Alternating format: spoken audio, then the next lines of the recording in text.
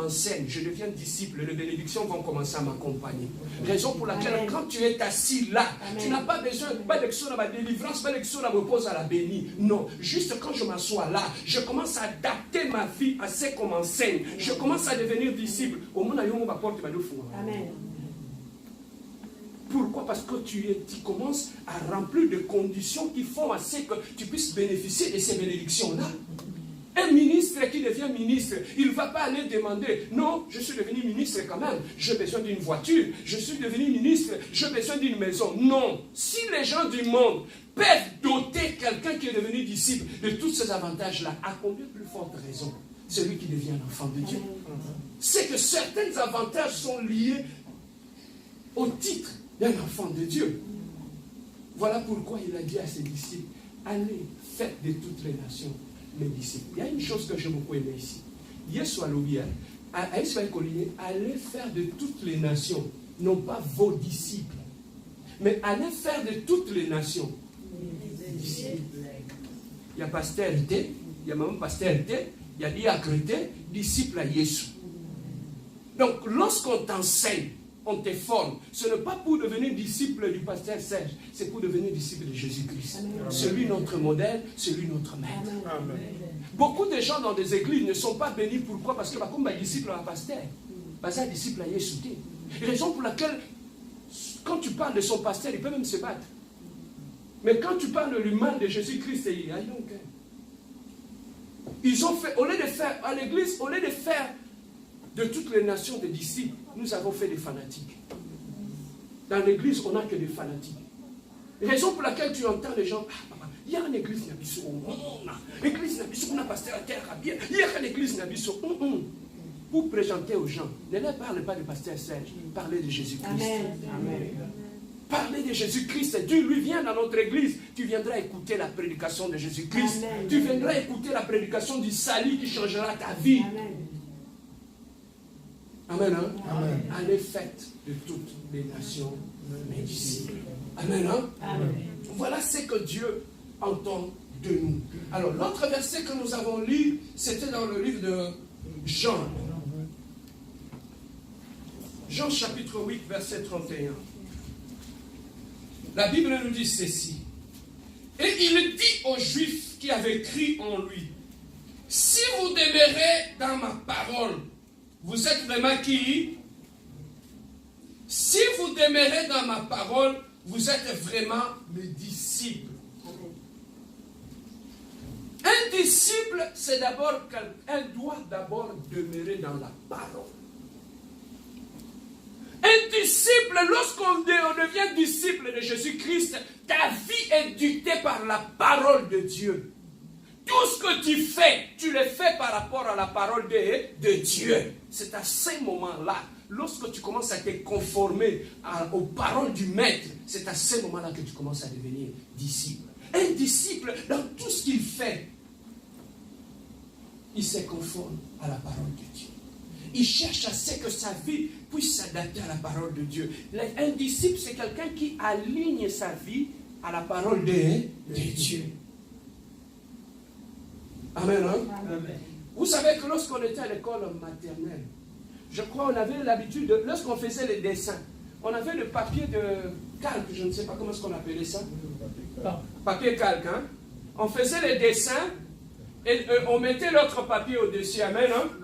Alors, lorsque le papier qu'on mettait au-dessus, c'est pour voir les dessins qui est en arrière et recopier ce qu'on voyait sur le papier, n'est-ce pas? C'est le papier calque qu'on appelait ça, oui, je me rappelle encore.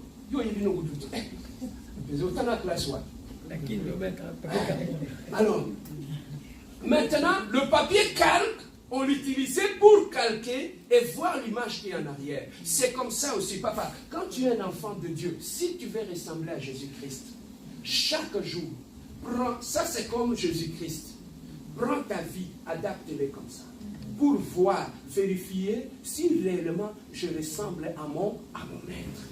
Donc la vie chrétienne doit être une vie où chaque jour tu cherches à t'adapter à Jésus-Christ. Où chaque jour tu vérifies dans ta vie si tu fais les choses comme ton maître. La Bible dit, lorsque vous allez vous adaptez à ma parole. Lorsque vous mettez ma parole de Dieu en pratique, c'est alors que vous serez mes disciples. J'aimerais qu'on puisse le lire tous ensemble.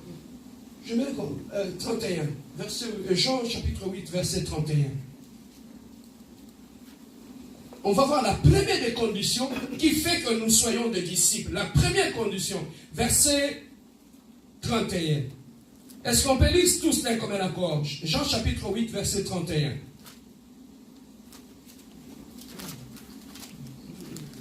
Quand il y a comme une apocalypse. Jean chapitre 8, verset 31. Est-ce que nous sommes tous là? Lisons d'un commun accord. Go. Et il dit aux Juifs qui avaient cru en lui, si vous demeurez dans ma parole, vous êtes vraiment mes disciples. La première condition, c'est quoi? C'est de demeurer dans la parole. C'est de demeurer dans la parole. Il ne dit pas si vous méditez la parole. Il ne dit pas si tu lis la Bible. Mais il dit si tu demeures. Pour demeurer, je vais dire ça à Lingala pour tout se comprendre. Où tu demeures? Où est-ce que tu demeures? La résidence. On parle de quoi exactement? De là où tu habites. La résidence, de là où tu habites, n'est-ce pas? Alors, là où tu habites, ça veut dire que tu n'es pas un passager là. Non. Tu résides là. Amen. Hein? Tu es résident en cette adresse-là. Ou comme tu es résident au Canada. Et tu habites ici, n'est-ce pas? Oui. Alors, c'est comme ça aussi que Jésus-Christ veut. Beaucoup de gens lisent la parole, méditent la parole, mais ne demeurent pas. Amen. Hein? Parce que c'est différent. Hein? Jésus-Christ dit, un disciple, ce n'est pas celui qui lit la parole.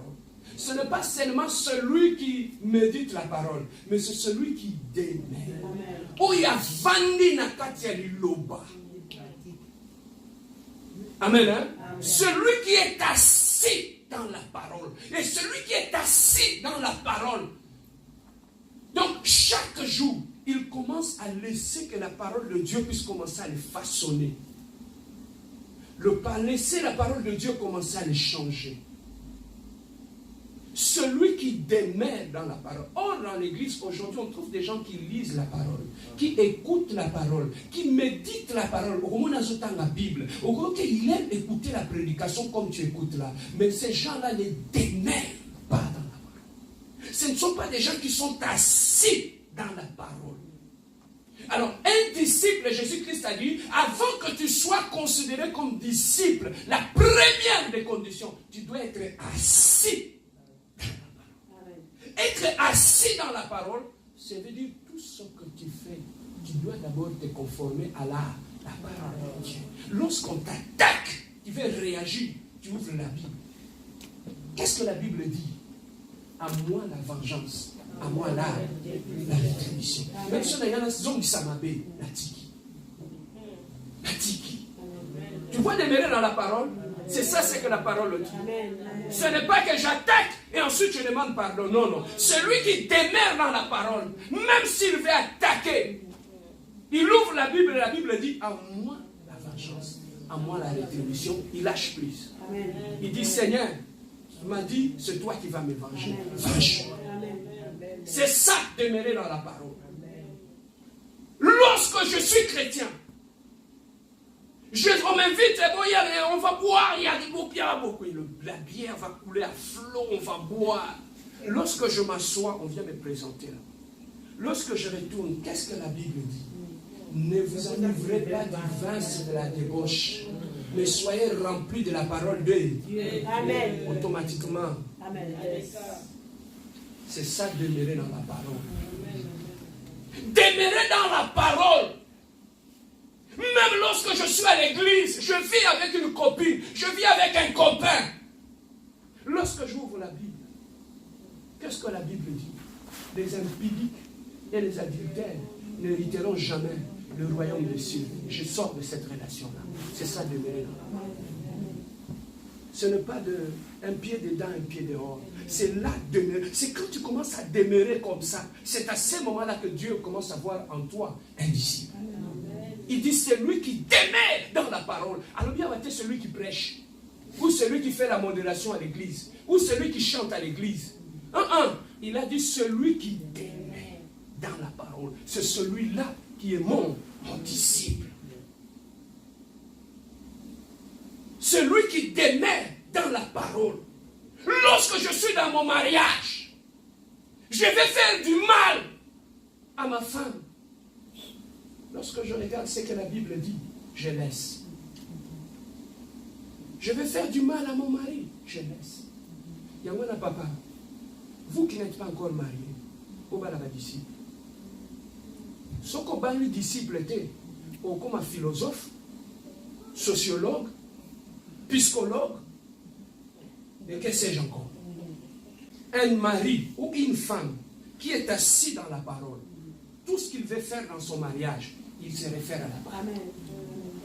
Mais Moutoyo, Azo se référer à la parole. Écoute ce que la Bible dit. La Bible dit le cœur de l'homme est mauvais. Qui le connaît si ce n'est Dieu? Amen. Hein? C'est Dieu qui connaît le cœur de l'homme. Lui-même, Dieu m'a créé Moutou. Alors, Dieu m'a créé. Il faut changer. Hein? Il m'a créé.